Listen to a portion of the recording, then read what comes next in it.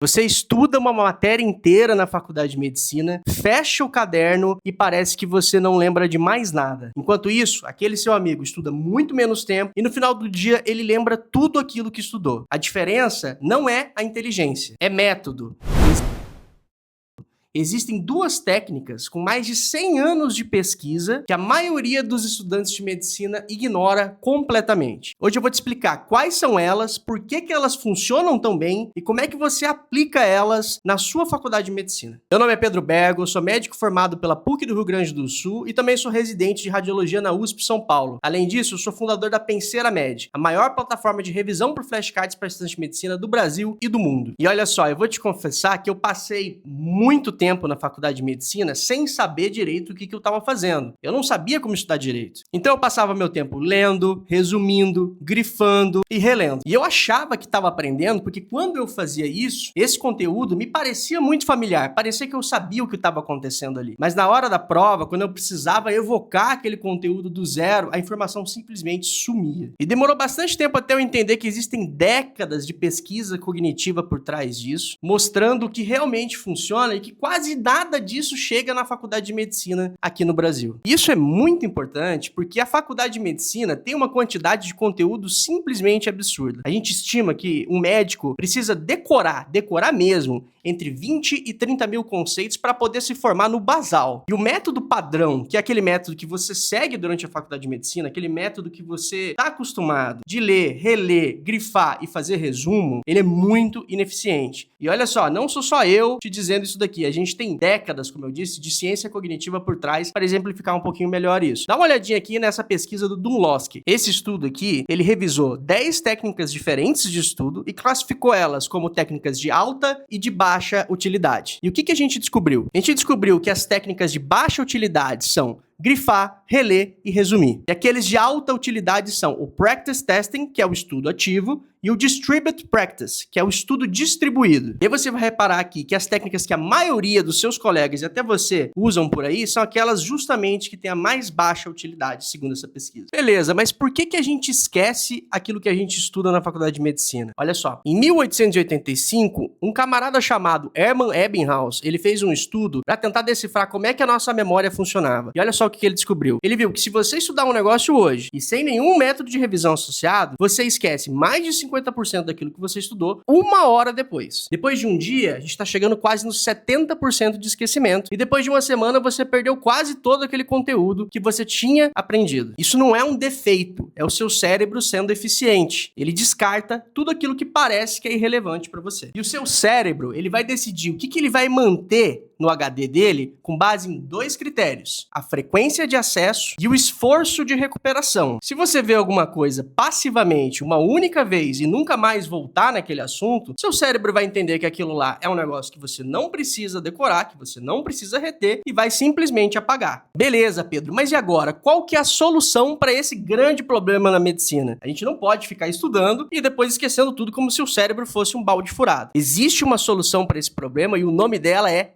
repetição espaçada. E o próprio Ebbinghaus descobriu que se você inserir revisões nos momentos específicos onde a curva de esquecimento começa a cair, você consegue resgatar aquele aprendizado, aquela memória que você criou sobre esse assunto que você estudou. Isso não foi visto só pelo Ebbinghaus, não. A gente tem vários outros estudos que chegaram nas mesmas conclusões. Eu vou citar alguns aqui para vocês conhecerem. Essa meta-análise do CEPEDA de 2006 analisou 317 estudos e descobriu que os alunos, dentro desses estudos, que faziam a prática intervalada tinham um desempenho de 10 a 30% melhor do que aqueles que faziam Mass Practice, que é você estudar tudo de uma vez. Bem aquele estilo antes de prova que eu sei que você faz. Um outro estudo do Karpike em 2018 mostrou que os alunos que usavam a repetição espaçada lembravam de até 80% do conteúdo depois de uma semana, enquanto aqueles que estudaram daquele jeitão que você estuda lembraram menos de 30% do conteúdo no mesmo tempo. Não é estudar mais, é essa a diferença que vocês precisam entender. É estudar no momento certo e do jeito certo. Beleza, Pedro, então você está me dizendo que a repetição espaçada é o grande milagre da medicina. Não necessariamente. A repetição espaçada cuida do quando. quando é que você precisa revisar alguma coisa para você conseguir reter aquilo que você está aprendendo, aquilo que você está estudando de verdade. Mas o como importa tanto quanto. E a maioria você já sabe, revisa de forma passiva, relendo, criando algum resumo ou só grifando um texto. E desse jeito, o cérebro não faz esforço nenhum. É por isso que é tão fácil estudar dessa forma, é tão confortável. É por isso que a maioria das pessoas não deixa de estudar desse jeito também. E o problema aqui é que você cai num viés que chama afluência enganosa, a ilusão da competência. Quando você relê algo, parece familiar, você reconhece, mas reconhecer não é o mesmo que recuperar, que é o que você precisa fazer na vida real, quando você estiver atendendo um paciente ou quando você estiver fazendo, por exemplo, a sua prova de residência. E você quer ver como é que isso aqui faz diferença? Num estudo do mesmo Karpike, só que esse de 2006, ele separou alunos em 2 grandes grupos. O primeiro grupo recebeu uma tarefa e leu 4 vezes aquele assunto do estudo. Já o segundo grupo, ele leu uma única vez e fez 3 testes de recuperação, um método um pouco mais ativo. E qual que foi o resultado? O grupo 2, depois de uma semana, lembrou 60% a mais do que o grupo 1. Por quê? Só porque ele fez um método ativo. Aqui a gente não tinha nem repetição espaçada. A gente está vendo só o efeito isolado. Primeiro, da repetição espaçada, no primeiro estudo, e agora do estudo ativo. E aqui, de novo, para vocês enraizarem isso na cabeça de vocês, reler dá a sensação de que você sabe alguma coisa. Testar te mostra se você realmente sabe ou não, e te mostra aonde estão os seus defeitos. Isso que eu estou explicando aqui para vocês, o Active Recall, nada mais é do que você forçar o seu cérebro a recuperar alguma informação que você já teve o contato sem nenhum tipo de auxílio. Isso fortalece a sua memória de uma forma muito mais eficaz do que um estudo passivo, que é como se você estivesse só lendo aquele conteúdo pela milésima vez. E só para te exemplificar isso aqui, em 1994, um pesquisador chamado Bjork, igual a cantora, ele trouxe o conceito de dificuldade desejável. O que é isso? Quanto mais esforço você faz para lembrar de alguma coisa, mais forte essa memória fica dentro do seu cérebro. E isso funciona especialmente quando você erra algum assunto. O esforço de te fazer lembrar aquilo, mesmo que você não chegue numa conclusão, fortalece a rede neural que cuida desse assunto dentro do seu cérebro. Agora, o ouro está na combinação desses 2 métodos, do teste ativo e da repetição espaçada, porque aí você garante que você tem uma dificuldade desejável para lembrar aquele assunto através dos testes ativos, e você garante que você não vai cair na curva do esquecimento utilizando a repetição espaçada. E o melhor método para você combinar essas estratégias de estudo é através de flashcards. Porque afinal, o flashcard ele já combina esses 2 conceitos. Primeiro, o estudo ativo, você vê a pergunta, pensa na resposta na sua cabeça e depois você vê se você acertou. E a repetição espaçada, quando você tem um sistema, como o da Penseira, que reagenda essas cartas para você com base no que você está esquecendo ou com base no que você está lembrando melhor. Não é só sobre o formato aqui, é sobre o que o formato te obriga a fazer para você conseguir estudar. E aqui um adendo importante, tá? Flashcard mal feito mais atrapalha do que ajuda. Você precisa de uma formulação específica que te ajude a testar o seu cérebro de verdade para poder recuperar essa informação. Não é qualquer flashcard que vai funcionar. Existem várias ferramentas que fazem isso hoje em dia. Talvez a mais conhecida aqui seja o Anki, que é uma ferramenta gratuita que você pode criar os seus flashcards e revisar eles lá dentro, mas ela é muito complexa e ela não é específica para medicina. Na Penseira, a gente construiu um sistema de repetição espaçada desenhado especificamente para medicina e a plataforma já tem mais de 25 mil cards prontos e um algoritmo que organiza esses cards com base na data da sua prova, do seu nível de esquecimento, de eventual atrasos que você venha a ter. Mas o princípio aqui é o mesmo e vai funcionar de forma igual. Você precisa de um método que consiga testar a sua memória de forma sistemática e no momento certo. Beleza, Pedro, e como é que eu aplico isso hoje na minha faculdade de medicina? Vamos começar então do zero para você aí que não tem uma ferramenta sequer. Você não tem nada, você tá só com o papel e Deus. Se você quer estudar um tema novo e você quer utilizar um teste prático um pouco mais ativo, você pode fazer o seguinte,